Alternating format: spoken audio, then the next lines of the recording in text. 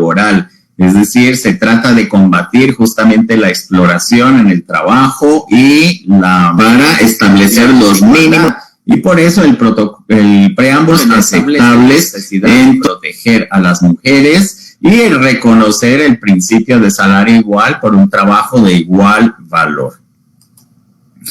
Paralelamente, como ya lo mencionó el compañero Javier Mamani en su brillante exposición, a la cual hizo referencia en la Declaración Universal de los Derechos Humanos, el artículo 1 consideró que todos los seres humanos nacen libres e iguales en dignidad y derechos. Y en el artículo 7, que todos son iguales ante la ley y tienen sin distinción derecho a igual protección de la ley. Por otra parte, todos los individuos tenemos protección contra toda discriminación por igual que infrinja la declaración y contra toda provocación a tal discriminación. Por otro lado, lo que era hasta el año 1945 un bien social indisponible, me refiero al trabajo, pasó a ser en 1948 uno de los derechos humanos. El artículo 23 de la Declaración consideró que el derecho al trabajo está reglamentado por su artículo 23 y por toda la serie de elementos que detalla este artículo, entre los cuales el inciso 2, toda persona tiene derecho sin discriminación alguna a igual salario por trabajo igual.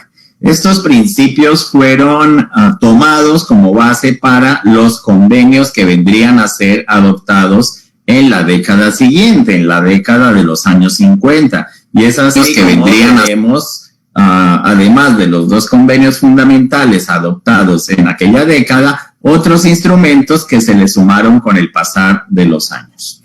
Los principales instrumentos sobre igualdad de género en el ámbito de la OIT: el Convenio sobre Igualdad de Remuneración, número 100, el Convenio sobre la Discriminación en el Empleo y Ocupación, y los veremos detalladamente a seguir, el Convenio sobre los Trabajadores con Responsabilidades Familiares, el Convenio sobre la Protección de la Maternidad y el Convenio sobre la Violencia y Acoso en el Local de Trabajo de 2019. Es el último convenio adoptado por la OIT en su última conferencia realizada de forma presencial.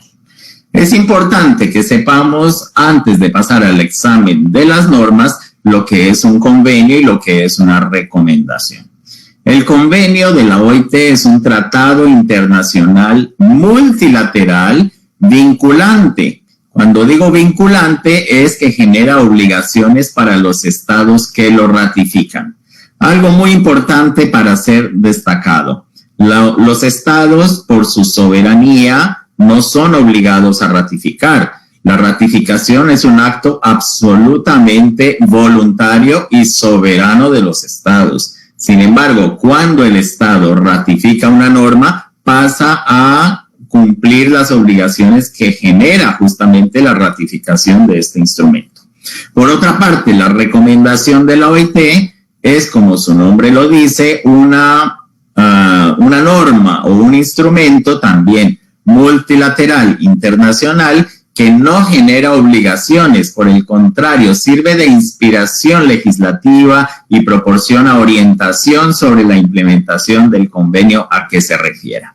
Hay convenios que no tienen recomendación que lo complementen y hay recomendaciones absolutamente independientes de un convenio. Por eso, en la actualidad tenemos 190 convenios y 206 recomendaciones que constituyen la base jurídica de la OIT adoptada a lo largo de su primer centenario. El primer convenio que vamos a examinar, la igualdad de remuneración, es el número 100. Cuando la OIT habla de remuneración igual para hombres y mujeres por trabajo de igual valor, es necesario detallar si efectivamente los trabajos a que nos estamos refiriendo son trabajos que tienen la misma valoración y si la remuneración es igual entre hombres y mujeres.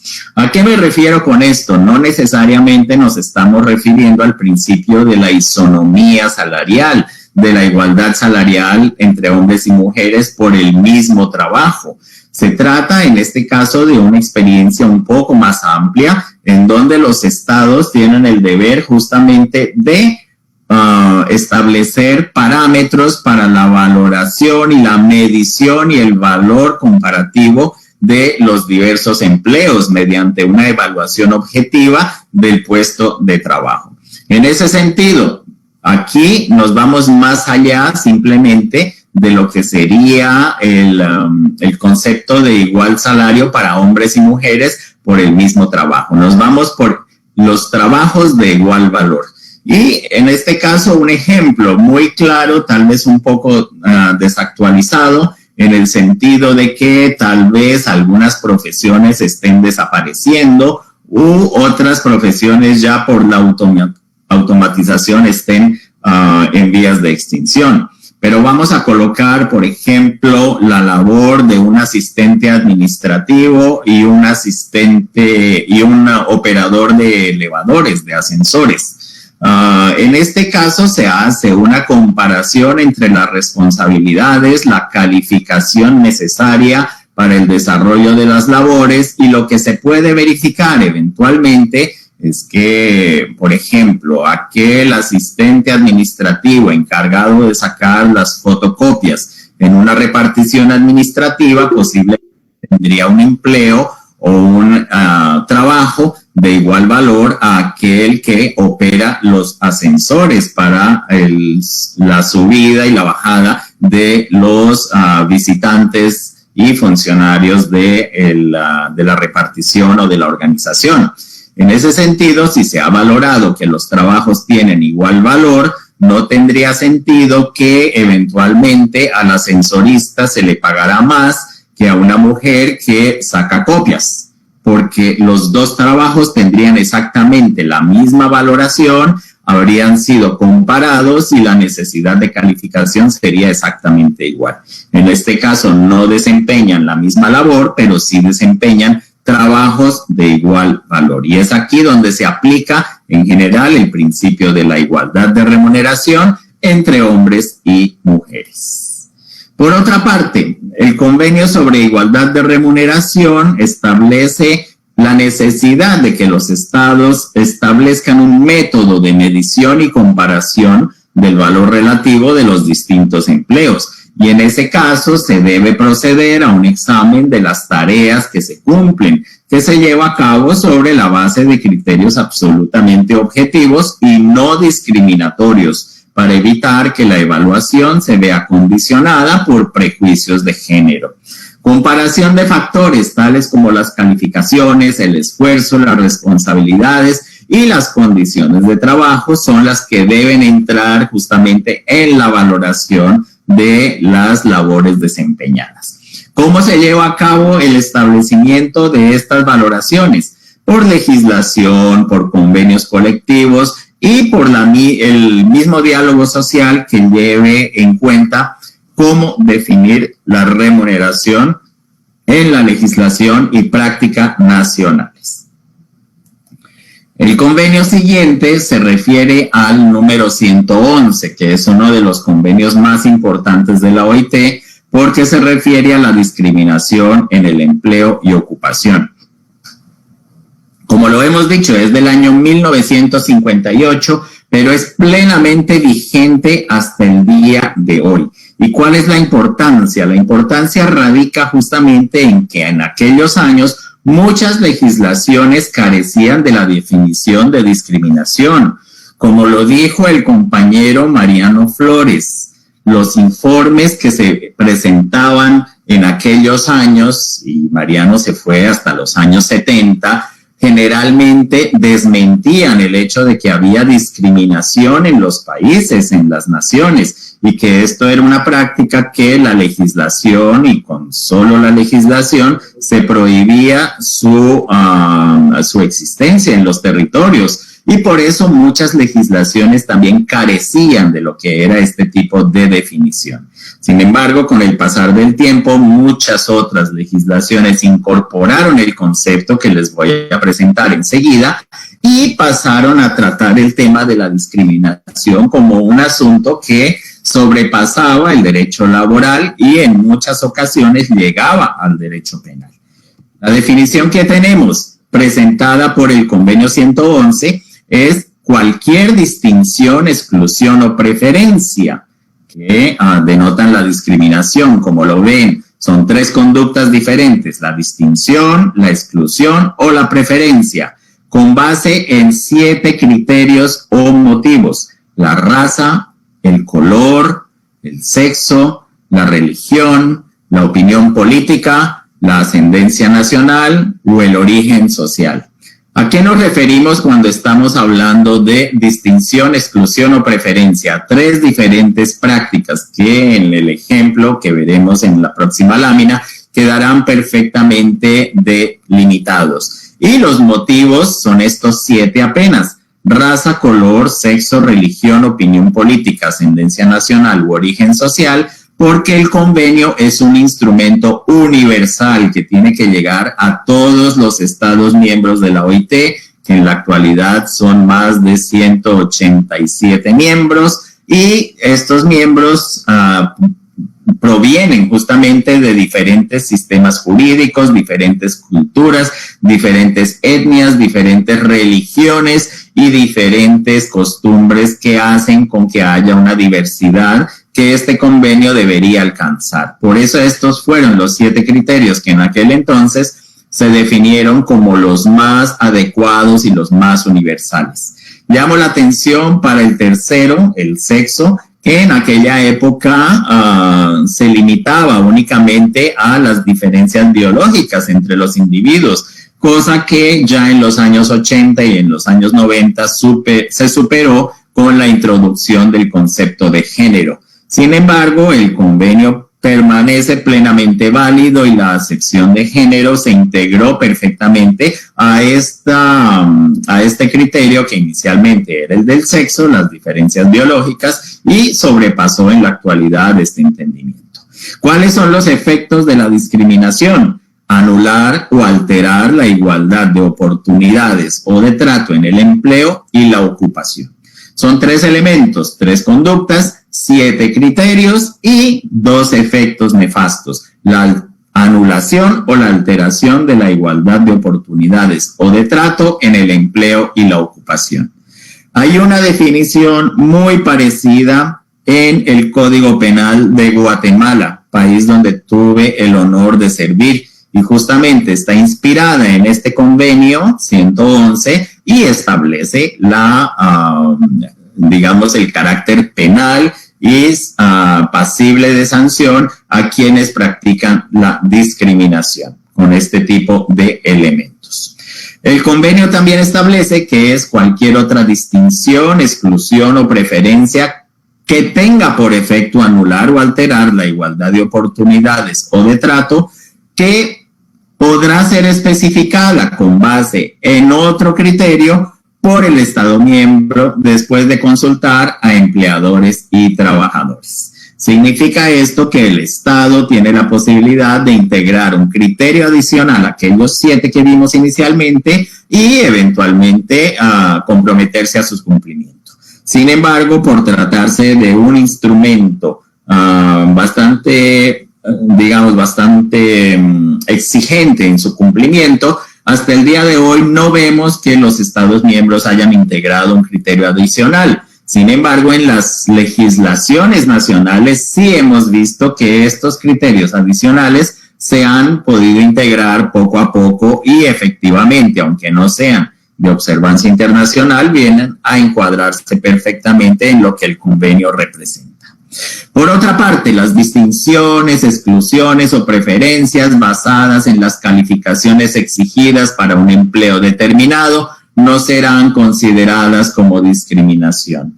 Aquí damos el ejemplo de una actividad que tiene gran difusión aquí en la región de Centroamérica, como son los centros de atención al cliente, que tienen su orientación hacia los países de América del Norte, y en donde los candidatos para ejercer el oficio tendrían que dominar el inglés. Un candidato que no domine el inglés para ingresar en esta plaza no puede alegar que ha sido discriminado porque desconoce la lengua inglesa. En ese sentido, es una calificación exigida y no puede entrar en este error.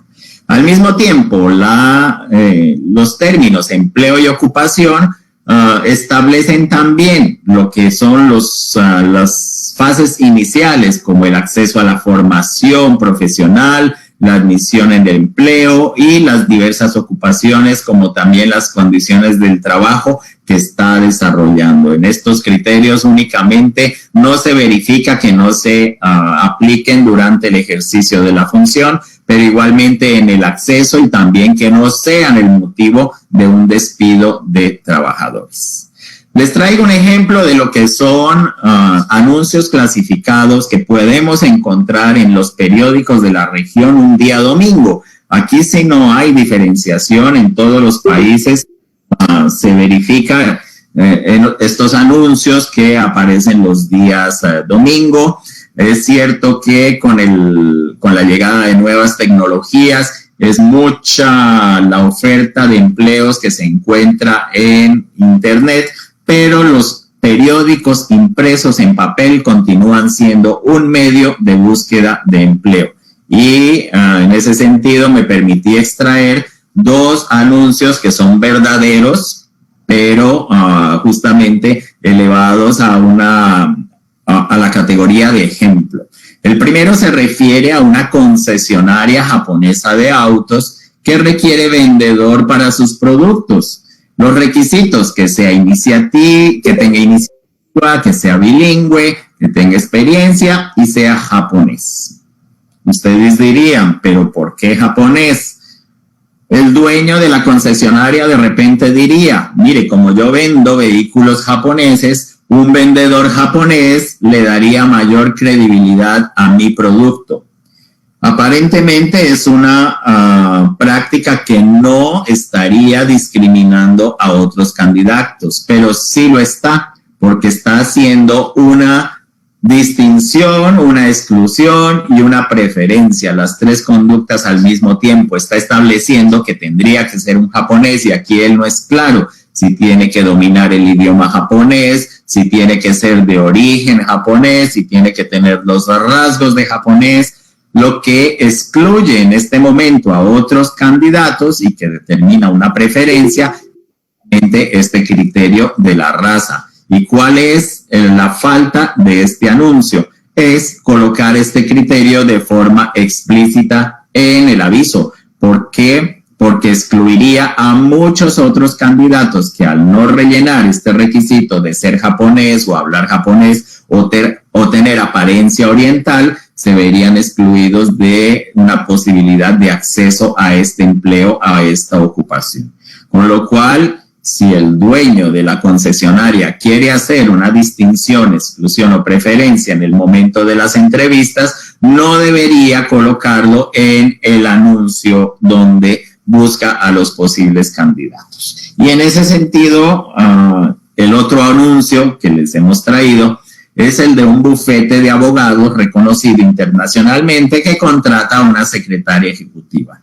Los requisitos son exactamente los mismos: iniciativa, bilingüe, con experiencia y un criterio terriblemente subjetivo y que llama la atención: la buena presentación. ¿Qué es buena presentación? Imposible definir. En el caso de las mujeres, ¿será que son las uñas hechas? ¿Será que es el cabello largo, el cabello corto, el cabello arreglado, la vestimenta, los zapatos, la presentación, hasta el perfume que usa? No se sabe. Y esto puede establecer, por supuesto, también estas tres prácticas: la distinción, la exclusión o la preferencia, que un candidato o una candidata a este puesto podría verse afectada por considerar ella misma, por su baja autoestima, que no cumple el requisito de la buena presentación. De forma que este criterio debería excluirse al día de hoy para el acceso al empleo y ocupación. ¿Qué es la práctica que estamos viendo en la actualidad en otros países, particularmente países nórdicos? Cuando se está pidiendo ahora que se llene una vacante de trabajo, se pide que los candidatos o las candidatas envíen su hoja de vida, pero en la hoja de vida no incluyan foto. En la hoja de vida no incluyan el género, no digan si son señor o señora, y únicamente coloquen el apellido. Y no coloquen tampoco la edad, ni el estado civil, ni el origen, sino simplemente coloquen el nombre de familia y las calificaciones profesionales.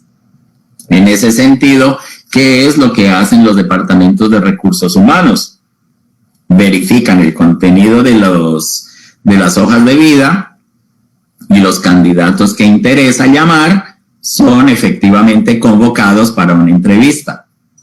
Y en este caso, la primera fase en donde podría haber cualquier distinción, exclusión o preferencia con base en aquellos criterios subjetivos estaría eliminada y efectivamente, además de los aspectos más importantes de los requisitos para ocupar la vacante de empleo, ahí sí se conocería efectivamente el carácter del trabajador o trabajadora candidato a ocupar la plaza. Y en ese sentido, muchos aspectos que limitaban el acceso al empleo y ocupación de muchos candidatos se ven superados porque ven finalmente la posibilidad de acceder en función de sus capacidades y calificaciones acceder al empleo que tanto desean. Otro aspecto sobre la discriminación en el convenio 111. La discriminación directa es aquella que se ejerce con base en las tres prácticas: la distinción, la exclusión o la preferencia, con base en los 7 criterios, recordémoslos: la raza, el color, el sexo, la religión, la opinión política, la ascendencia nacional o el origen social, que tengan por efecto anular o alterar la igualdad de oportunidades. En este caso no necesitamos ir muy lejos y los avisos del periódico que les presentamos, particularmente el primero, donde se pedía un candidato japonés, ya constituía efectivamente la discriminación directa. Por otra parte, existe la discriminación indirecta en el concepto de los expertos de la OIT que han definido de qué se trata. Y si lo leemos, la discriminación indirecta se refiere a situaciones, reglamentaciones o prácticas aparentemente neutras, pero que en realidad crean desigualdades con respecto a personas que tienen determinadas características. Tales situaciones surgen cuando idénticas condiciones, tratamientos o criterios se aplican a todos, pero sus consecuencias resultan tener un impacto sumamente desfavorable en algunos por motivos basados en su raza, color, sexo o religión, y no resultan tener un vínculo directamente relacionado con los requerimientos del empleo. Aquí me permito citar justamente un ejemplo, porque la definición no es muy fácil de ser entendida si no nos vamos a un ejemplo práctico.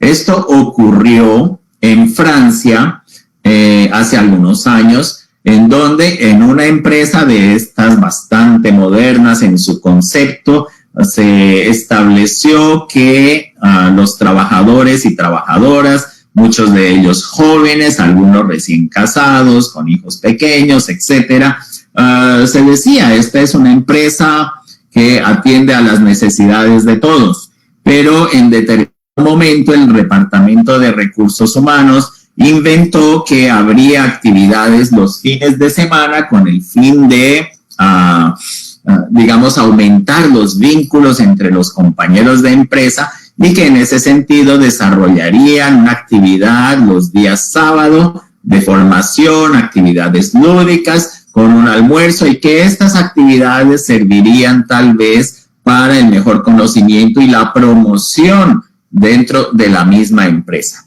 Pues bien, lo normal es que se hubieran desarrollado dentro del horario de trabajo de lunes a viernes, como inicialmente establecido, pero se consideraba que dependiendo de la entrega de los funcionarios a la empresa, el cariño por la empresa, que le deberían tener, el mismo cariño que la empresa tenía por ellos, no habría ningún problema de asistencia y comparecimiento. Sin embargo, uno de los trabajadores alegó que por su situación familiar estaría impedido de participar de tales actividades, de capacitación, actividades lúdicas, del almuerzo. De repente se vería perjudicado en sus promociones personales por un simple detalle. Tenía hijos pequeños y su esposa trabajaba los días sábados y domingos, con lo que no tendría con quién dejar a los niños al cuidado de otra persona. Recordemos que nos encontramos en un contexto cultural bastante diferente y al mismo tiempo la necesidad que ven los jóvenes trabajadores también de compartir tiempo con su familia y estar próximos de los hijos, compartiendo también el tiempo de ellos. Y en ese sentido, vean las características. Personas que aparentemente están en la misma situación, la práctica de la empresa era neutra, no miraba a aquel trabajador con el fin de excluirlo, pero estableció idénticas condiciones que se aplicaban a todos. Sin embargo, un trabajador, por razones de familia, se veía afectado y tenía un impacto desfavorable por su situación familiar, con lo cual se vería afectado hasta en su vida personal y profesional dentro de la empresa. Él alegó estos motivos, no fue escuchado, ingresó en un juzgado, en un tribunal laboral, alegó discriminación indirecta y efectivamente la empresa tuvo que indemnizarlo por haberlo excluido en este tipo de comportamiento. Al mismo tiempo, la discriminación múltiple, son varios motivos al mismo tiempo. Puede ser la raza, el color, la edad, puede ser el estado de salud y aplicados de forma simultánea al mismo candidato o a un grupo de candidatos. Lo que les dije, que los países no habían reconocido ante la OIT criterios adicionales, pero sí en las legislaciones nacionales se verifica que efectivamente criterios como la edad, el estado de salud, la discapacidad o necesidades especiales, el VIH, la nacionalidad, la orientación sexual, la identidad de género o mismo la afiliación sindical podrían constituir motivos de discriminación. Y en ese sentido, los países han aprobado leyes y han puesto en práctica, acciones que visan a combatir efectivamente estos criterios y a promover por otras acciones afirmativas justamente la igualdad de los candidatos y de los trabajadores frente a diversas situaciones. La Comisión de Expertos de la OIT ha hecho una observación general para todos los países. Existen observaciones dirigidas al Estado boliviano, pero esta se aplica a todo el conjunto de países miembros de la OIT. La observación general, que debe ser respondida por el gobierno, con justamente un panorama de lo que ha adoptado en materia de medidas de combate a la discriminación, y se enfoca en esta ocasión en 3 criterios: la raza, el color y la ascendencia nacional. Veamos cómo esto es importante para Bolivia. La raza incluye toda discriminación contra comunidades lingüísticas o grupos minoritarios cuya identidad se basa en características religiosas o culturales o en el origen nacional o étnico. El color es una de las características étnicas que diferencia a los seres humanos, y la ascendencia nacional, que no se confunda con la nacionalidad, es mucho más amplia. Comprende las distinciones en función del lugar de nacimiento, la ascendencia o el origen extranjero de la persona. En ese sentido, cuando hablamos de ascendencia nacional, hablamos de ascendencia africana, hablamos de pueblos indígenas y tribales, hablamos de trabajadores migrantes, damos como ejemplo el pueblo romaní y las minorías nacionales. ¿Qué es lo que ha constatado el organismo técnico de la OIT? Las dificultades, por ejemplo, de acceso a la justicia para estas minorías. Y en ese sentido pide a los Estados miembros que se evalúe la situación en el empleo y la ocupación de los grupos étnicos en sus países y la discriminación a que hacen frente a través de encuestas y estudios específicos y la recopilación de datos desglosados, respetuosos de la confidencialidad, con el consentimiento informado y la autoidentificación voluntaria, con miras a contribuir a la formulación y a la evaluación de medidas idóneas, teniendo en cuenta los efectos de las múltiples formas de discriminación. Vean qué actualidad tiene este pedido con lo que relataba el expositor Mariano Flores, justamente con las respuestas que los gobiernos deben propiciar. Hoy no se acepta más que un gobierno, un Estado diga que no hay discriminación. ¿Por qué? Porque vimos por los criterios que se adoptaron que todos y cualquiera uno de nosotros puede ser víctima de la discriminación. No es solo por raza, por color, por ascendencia nacional, también lo puede ser por edad, también lo puede ser por opinión política, también lo puede ser por religión, por género, en fin, cualquier aspecto. No nos vemos inmunes a la discriminación, como también subjetivamente podemos discriminar sin saberlo, sin darnos cuenta. Y esto es bastante, reflectivo de lo que son nuestras sociedades y por eso los instrumentos de la OIT para combatir estas prácticas. Ahora pasamos a los convenios que justamente se refieren a también el aspecto de la igualdad de género, pero no constituyen normas fundamentales. En ese sentido tenemos el Convenio sobre los Trabajadores con Responsabilidades Familiares, que es de 1981, y en este caso se refiere a hombres y mujeres con las mismas responsabilidades, no apenas con hijos, también con adultos mayores, también con colaterales, y en este caso lo que se pide a los estados es que haya una política nacional que permita que todos los trabajadores, hombres y mujeres con responsabilidades familiares, puedan desempeñar un empleo sin ser objeto de discriminación y en la medida de lo posible sin conflicto entre sus responsabilidades familiares y profesionales. Ahora con la pandemia lo hemos visto, es evidente, es latente, la doble jornada que hombres y mujeres en el teletrabajo tenían que cumplir con los hijos en casa, frecuentando la escuela al mismo tiempo y buscando tiempo para asumir estas responsabilidades familiares y el trabajo y al mismo tiempo cuidar por igual ambos de la familia.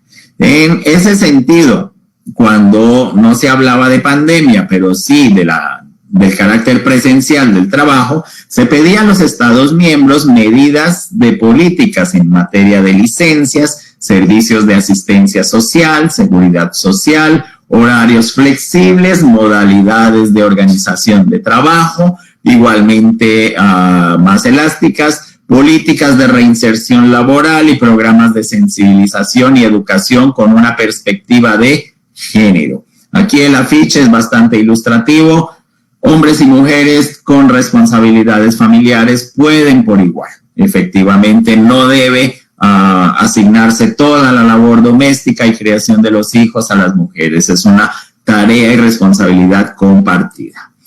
El otro convenio al cual nos referimos es el de la protección de la maternidad, en el cual es el instrumento más actual de la OIT en materia de maternidad, pero trae varios elementos que otros convenios anteriores no habían previsto, y es el hecho de que la maternidad no debería ser una causa de discriminación en el empleo y ocupación, incluyendo el acceso al empleo. Y en ese sentido, muchos países han adoptado estas prácticas. Ustedes saben cuán común en nuestra región era la exigencia de certificados de no embarazo o de esterilidad para las mujeres para acceder a los empleos. En muchos países se ha prohibido tal práctica con sanciones a los empleadores que demanden este tipo de requisitos. Por otra parte, se prohíbe, según el convenio, al empleador despedir a la mujer que esté embarazada o durante la licencia o un cierto tiempo después de haberse reintegrado al trabajo, excepto por motivos que sean ajenos al embarazo, al nacimiento del hijo o a la lactancia. En este caso hay que referirse a la importancia de que la carga de la prueba radique en el empleador para demostrar que efectivamente no se trató por motivos referentes a el estado de embarazo de la mujer o al nacimiento o a la lactancia. Al mismo tiempo, la mujer cuando retorne de su licencia maternidad y de las vacaciones que haya tomado para cuidar de sus hijos, estar segura que puede retornar al mismo puesto de trabajo o a un puesto equivalente con la misma remuneración al término de la llamada licencia maternidad. El próximo convenio, el más reciente, el del año 2019, que también se encuadra justamente en los convenios sobre igualdad y no discriminación, es el de la violencia y el acoso.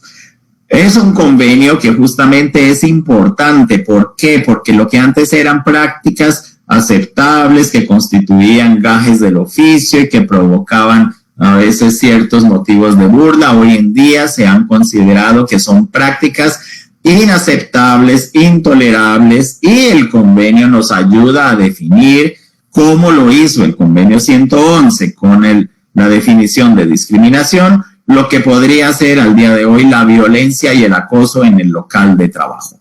Para el convenio 190 y la recomendación 206 de la OIT, la expresión violencia y acoso en el mundo del trabajo designa un conjunto de comportamientos y prácticas inaceptables o de amenazas de tales comportamientos y prácticas, ya sea que se manifiesten una sola vez o de manera repetida, que tengan por objeto que causen o sean susceptibles de causar un daño físico, psicológico, sexual o económico, e incluye la violencia y el acoso por razón de género. Y la expresión violencia y acoso por razón de género designa la violencia y el acoso que van dirigidos contra las personas por razón de su sexo o género o que afectan de manera desproporcionada a personas de un sexo o género determinado e incluye el acoso sexual. El convenio, cuando ratificado por el Estado miembro, determina que este Estado miembro puede definir en dos segmentos separados, como está definido aquí, o en un único concepto, el caso de la violencia y el acoso e integrar los aspectos de razones de género. ¿Por qué me he permitido destacar en el inciso A de la definición que los comportamientos, prácticas inaceptables o amenazas de tales comportamientos y prácticas se manifiesten apenas una vez? ¿Por qué? Porque efectivamente la violencia basta con que se manifieste en una sola ocasión. Veamos el aspecto de la amenaza. La amenaza no necesita ser repetida para constituir una amenaza.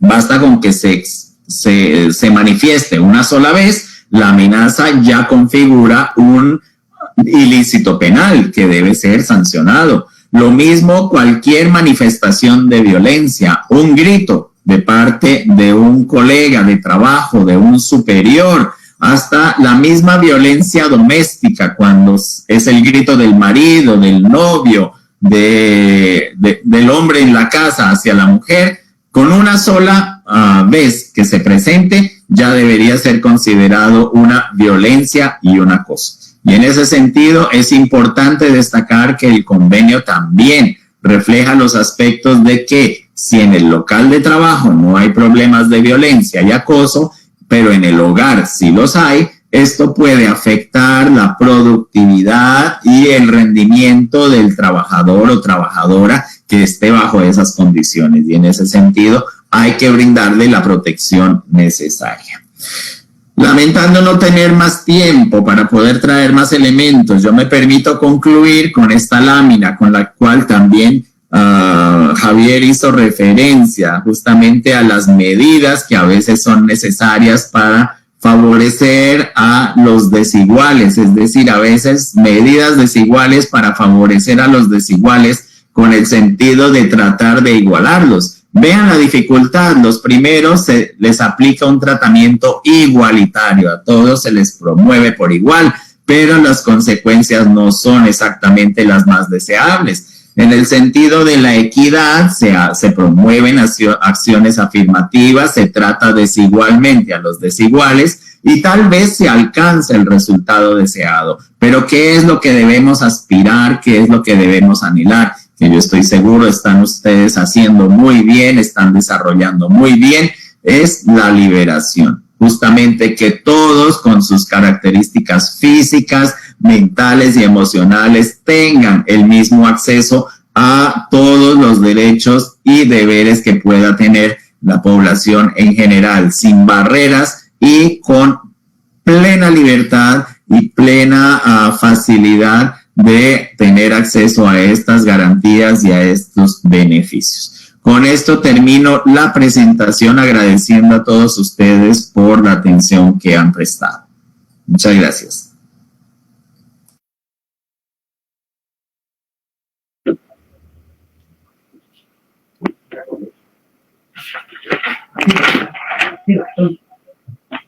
Agradecemos por la participación al doctor Sergio Paisao Pardo. De igual manera, agradecemos al doctor Mariano Flores Choque del Comité Nacional contra el Racismo y toda forma de discriminación. También al doctor Javier Mamani Rojas, profesional en derechos de pueblos indígenas de la Defensoría del Pueblo. Por favor, a los expositores se les pide activar sus cámaras para así sacar la foto del taller. También a los participantes de la plataforma Facebook indicarles que los certificados se les hará llegar a sus respectivos correos con el cual se registraron.